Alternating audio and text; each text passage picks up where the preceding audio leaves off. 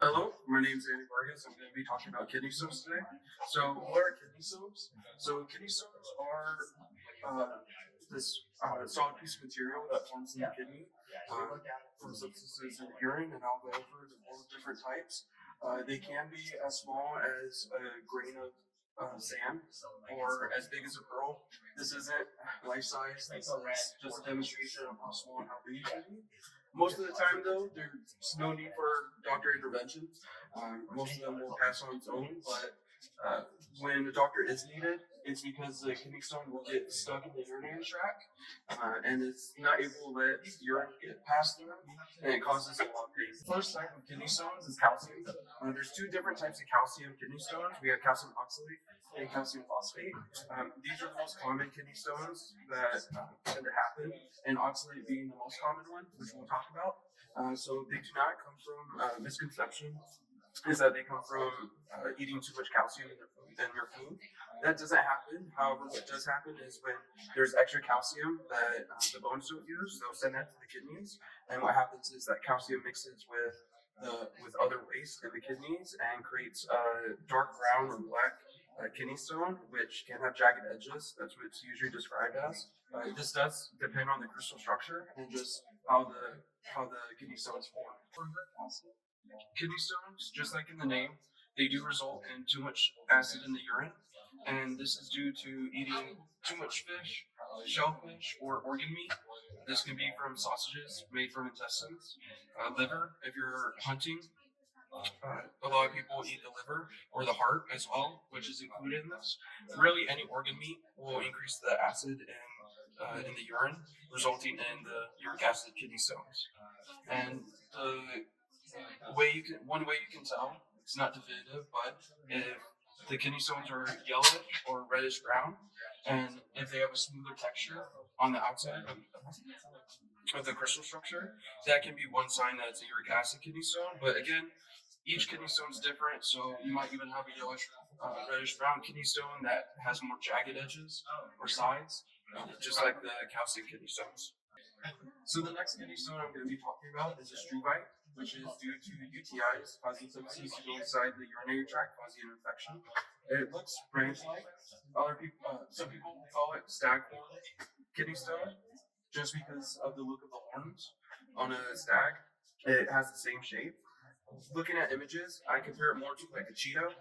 It has the same texture and it branches off like it. So with these kidney stones, they can happen suddenly, and what also happens is they grow very quickly. So it can cause almost immediate, or not almost immediate, but it can cause very rapid issues if it were to occur. And it's very painful because it's not round; it's branching off in different directions, and it's continuously growing because it's accumulating more and more material onto the actual kidney stone itself. So lastly, we're going to be talking about cystine. So cystine kidney stones are due to cystinuria, which is a genetic condition passed down through families. And the way that happens is cystine, which is amino acid, leaks through the kidneys to the urine, causing the buildup of cystine. That will develop into a kidney stone. So the makeup of it has an amber color and it's soft. So unlike the other kidney stones where they're rough, where they can break off, the struvite branches off. The calcium is more jagged and causes immense pain. This one's a bit softer. It can still cause pain because these are one of the largest kidney stones that can happen. Typically, they're larger than other ones, and they're soft. And really, you don't have to worry unless your family has a history of having these type of kidney stones. All right, so now that we've already talked about the four types of kidney stones that can happen, we're going to go over signs and symptoms. A clear sign is pain in the back by the kidneys because that's where they do form. So pain in the lower back is a sign. Blood in your urine is a sign. And basically the reason why that is especially with calcium kidney stones, they're jagged, they cut up the urethra, and also they're blocking passage for the urine. So because of that, it can cause tears and leading to blood in the urine. And what that can lead to is infection, where you might get fever and chills. And fever and chills can also happen as your body's reaction to get things out, which also include vomiting. Vomiting is a way for your body to get out bad substances, and also lower fluid intake. Or to take out fluid from your body. So that's another sign that you might want to go to a doctor. Another thing with urine is if there's no blood in your urine, you could still show signs of having kidney stones. That being where it smells a lot and it's cloudy pee. And it's just that could be substances in the urine that's causing it to be cloudy. And lastly, burning while you pee. Burning while you pee is another sign for that kidney stones are in there, just because it could be causing tears, it could be causing pain in that area, and the pain is signified through burning. It's less of a stabbing pain or dull pain, which it can still be since every kidney stone is different, but it tends to be a burning pain. Kind of like when you cut yourself and you put lemon juice on the cut, it burns, it stings. That's a similar experience to a much greater extent with kidney stones. As you can see, there's a lot of causes to kidney stones, and these are all of them. These are just a few common causes. So one being blockage in the urinary tract. Basically, it just stops urine from going through, which what urine does is it expels things that your body doesn't want in it. Substances, extra components like calcium from inside the body to out. Inflammation, similar to the blockage, if there's something there blocking it, whereas inflammation is for where your body's getting in the way. Basically, it inflames, swells up, and stops anything from passing through. We also have kidney diseases like cystic, or like I described before, cystinuria. Cystic is a kidney disease where fluid-filled sacs start popping up and form on the kidneys. This can also create blockages. And cystinuria, like I described before, is leaks in the kidneys of the amino acid cystine. Another cause is digestive issues. And if you have digestive issues and you had a surgery because of it, that can also be a cause of kidney stones. So surgery can cause kidney stones and also digestive issues that you've been having. Gout, which is joint swelling, can also cause kidney stones, as well as any like disease where there's hypercalciuria, which runs in families similar to cystinuria. Usually it's too much calcium. So whereas cystinuria is with amino acid, calciuria is with calcium. There's other ones like oxaluria, hyperoxaluria, where the urine contains an unusual large amount of oxalate. And then there's also hyperparathyroidism, which is a condition where your parathyroid gland is releasing too much calcium into the body, which if your bones don't use that calcium, they send it to the kidney. And if there's too much, then you get calcium kidney stones. Another, like I described before, is UTIs. UTIs can cause blockages or cause abnormal substances to go into the urethra, causing kidney stones, as well as renal tubular acidosis. So what that is it's a disease that occurs when the kidneys fail to remove acids in the urine. So it's increasing the amount of urine or the concentration of urine in your body, and that can create something like uric acid kidney stones. Obesity is another cause. Basically, it's similar to swelling when there's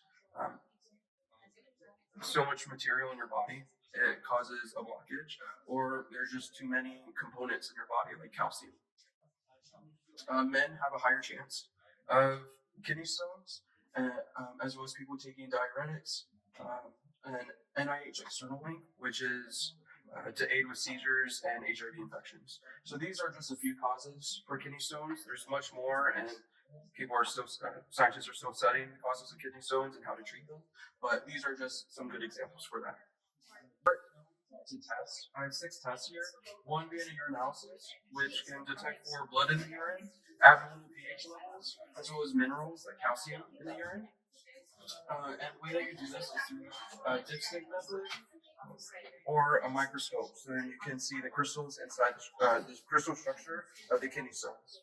Another test would be a blood test. You would do a metabolic for serum to see the serum or plasma electrolytes, and And you can also tell any underlying medical condition that the patient might have.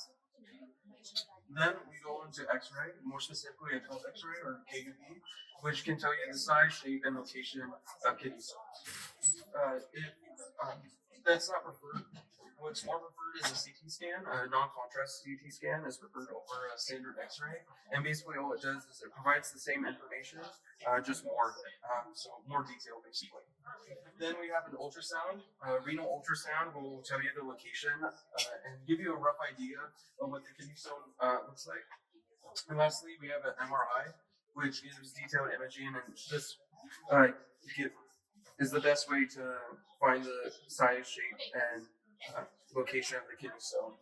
If there is blood in the urine, we can use an MRU in order to look at those patients with blood in the urine. Alright, to do an assessment for kidney stones, you would want to look at the medical history to look for risk factors. So this can be family history, previous visits to the hospital. Like I detailed before, this would be any digestive issues or any previous surgeries in the GI tract. For physical examinations, you would want to look on the flank, the back of their back, lower back, where their kidneys are, as well as their groin, since that would be where their urethra is. And then just like also tests, labs. So that would be urinalysis, blood tests, or imaging. And I detailed that before as well. And then lastly, a 24-hour urine collection. And this is just to see if there's any high levels of substances that would be shown because of the kidney stones. Passing kidney stones. Most of the time it will pass, but if it won't pass, that's a bit shocking. Basically, doctors use shock waves in order to break up the kidney stone, so it's able to pass a lot easier. And there's two methods to this. There's either surgery or there's inserting a scope through the urethra and shocking it that way, or sending shock waves that way to break it up.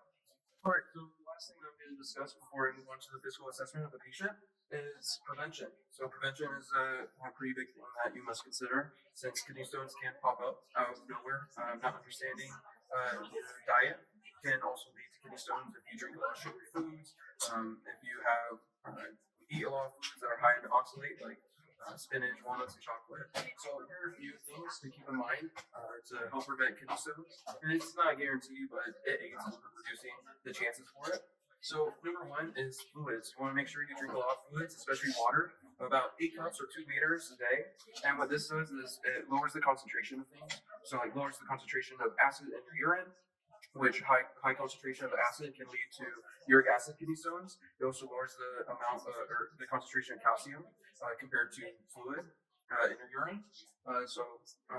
Stuff like that will help with reducing kidney stones. It will also create more flow for substances to leave your system. So if there's more water, there's a better chance that things are going to leave your body. Next is less salt. So drinking more fluids and less salt go hand in hand, just because salt absorbs so much water that it will increase the concentration of substances in your body that the fluids are supposed to get rid of. Another thing is making sure you eat enough calcium, not too much. The recommended amount is between 1,000 to 1,200 milligrams of calcium. You can find this in fortified milk, cheese, yogurt, oysters even, and tofu. Next is fewer high oxalate foods. Like I said, spinach, walnuts, and chocolate are 3 common forms of oxalate. So just being careful how much of that you eat. So even though spinach is supposed to be good for you, if you have it one day, maybe skip it another couple days, and just be careful with the amount that you eat in that one sitting. Limiting the meat and eggs in your system, or that you eat. Meat, especially organs, can cause uric acid kidney stones, and so limiting the amount that you eat of that will also it consumes a lot of fluid to eat those meats and digest them, so that can also lead to kidney stones. So reducing the amount of meat you eat will help in reducing the chances of kidney stones. The last 2 things are sugary drinks, especially drinks that contain high fructose corn syrup. This can cause buildup of substances in your body, and limiting the amount that you drink of that will help you in your overall health as well as reducing kidney stones. Lastly, citrus fruits. So they have citrate, which will help break down kidney stones. So making sure that you have citrus fruits or even fresh lemonade. That will help. And if you do have kidney stones, and breaking those down a little bit, as well as reducing the chances that you will get kidney stones because it's breaking up those substances. Now we'll move on to the physical assessment. Now that we're over with education, we can move on to what do we actually do during the assessment. And we want to focus on three different components: neuro, circulation, and also the gastro system. So with neuro, what you'll mainly want to do is ask for A-notes. You want to make sure that they're times 4, and if they're not, that can give you hints towards certain issues, which you can bring to the rest of the care team. So what you want to ask is who they are, so then you can get person. If they know where they are, to get place. If they know around what time they're in, so whether it's month, what day it is, or what holiday is close by, depending on if they have any other medical challenges, or also going by age. Older patients tend to have a little bit more trouble with memory, but even I, from time to time, have trouble saying what time of week it is or what day of the week it is. And then lastly, you want to ask why they're here. If they can understand why they're here, it can give you more hints into what systems you want to go into for a more focused assessment. And if they're saying, well, my lower back is hurting, that can give you hints for kidney stones, for example. And that's why you want to do gastro region. For circulation, the reason why you want to do that is because if your patient does have kidney stones, there may be issues with the blood, and you want to make sure that they have their cap refills, that they're clothing, that basically their body's working how it's intended, and that if it's a more local issue or if it's starting to become systematic, which can lead to other issues. So that's for neuro. That you basically, just like in any other assessment, you want to ask those basic questions. Around this time, you can also ask about their urine, about their bowel movements. If they are saying that they're having abdominal pain or lower back pain, or they're saying that their kidneys are that those would be great follow-up questions to go by. For circulation, what you want to be checking is their cap refills to see if blood is returning after blanching their fingertips. And also you want to make sure you do the lower extremities, as this is the furthest part from your heart and from their heart. So if there are any circulation issues, the likelihood is that the feet will be experiencing that first. And what you can also do while you do the cap refills is also checking their pulse, seeing whether if there's an atypical rhythm, if they have a weak pulse or an abnormally strong pulse, which can give you hints to other issues. And basically you want to create a profile of what's happening in their body, and all these things can help you help your care team piece together what might be the issue and how you can alleviate some of their pain. Especially as nurses, we want to make sure the patient's as comfortable as possible to promote healing. So once you do circulation check, which again is checking pulse, checking circulation, to see how their blood's flowing, seeing if everything's oxygenated. You can also check the color of their skin, how warm it is or cold, and see if there's any skin abrasions or bruising. You can move on to the gastro region, which will be your main focus. So for the gastro region, there will be 4 quadrants. You have the right lower, right upper, and left lower, and that's the general direction you want to go towards. Is from right lower counterclockwise to left lower. And what you want to start off with first is being able to provide privacy, like I am, to the patient, and also applying hand sanitizer to make sure that you're clean. Excuse me. Then what you want to do is educate them about what you're going to be doing during your assessment. That they may be feeling a little bit uncomfortable at times, but it's just because you got to assess where their health is at. And while educating the patient before you do the assessment is important, you should also be educating them as you're doing the assessment. So then they know, because you're going to be spewing a lot of information towards them, so they might not catch everything, and you want to make sure that you're part of the process, that they're part of the process as much as you are. So first, you're going to be doing inspection, and that's how you're going to do that is just by looking at the abdominal region, and then when you get to the kidneys or the back region, also looking at that as well for any discoloring, anything like hernias, any abnormalities, checking the shape of the abdomen, if it's rounded, if it's distended, or if it's flat. Normally, you would want a flat abdominal region. Once you're done with that, you want to move on to auscultation. So the reason why you want to do that instead of going to percussion or palpitation first is because if you start moving around the abdomen, you're going to be moving around the intestines, which then moves around the bowels and the material inside the bowels. And that's going to cause false bowel sounds because you're moving it for them. It's not moving it. The bowels aren't moving themselves. So what you want to do is go ahead and take your trusty stethoscope and listen for a minute on each quadrant. if you listened a minute in one quadrant and you didn't hear anything, you want to listen to up to 5 minutes just to make sure that you aren't giving a false report that there's no activity or hypoactivity. It's not like the heart where there's a constant rhythm; it does fluctuate. So then you want to move on to the other three regions. And once you're done with that, and you're able to let them know, like, hey, like, good news, I hear bowel sounds, or hey, have you eaten? You can start asking follow-up questions, like, when's the last time you ate? When's the last time you've had a bowel movement? Just to get a better picture of things. Then you can move on to percussion and palpation. And percussion less so for kidney stones, just because palpation is to let you know if there's any pain, if there's any extra air in the intestines. You'll hear a lot more. It'll sound a bit airy.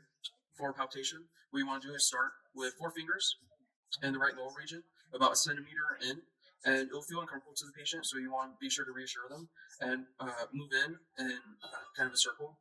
And then instead of picking up your hand and moving on to the next region, you want to slide it over as you continue with the exercise. And you want to notice their reaction, see if they're grimacing, see if they're saying, hey, that hurts. They are going to feel uncomfortable, but you want the reason for this exercise is so then you can see if there's anything blocking the intestines, if there's any swelling, if there's anything hard.